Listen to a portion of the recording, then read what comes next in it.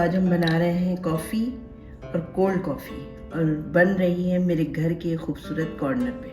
तो हम डालेंगे पहले 1.5 चमचा कॉफ़ी, ठीक है। उसमें डालेंगे हम थोड़ा सा गर्म पानी। अब डालेंगे इसमें 2 चमचे चीनी। अब इसको ब्लेंड कर लेंगे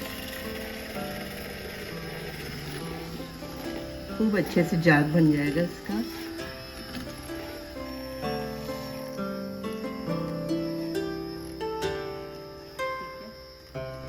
जाग बन चुका है इसका। मैं ब्लेंडर बंद कर रही हूँ। अब डालेंगे इसमें आइस आइस आइस आइस। उसके बाद डालेंगे इसमें दूध।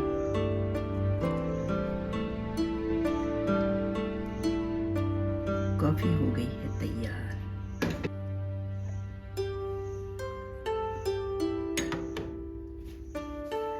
कॉफ़ी हो गई है तैयार। इसे नोश कीजिए और इंतज़ार कीजिए मेरी अगली और ज़बरदस्त रेसिपी का। अल्लाह हाफ़िज़।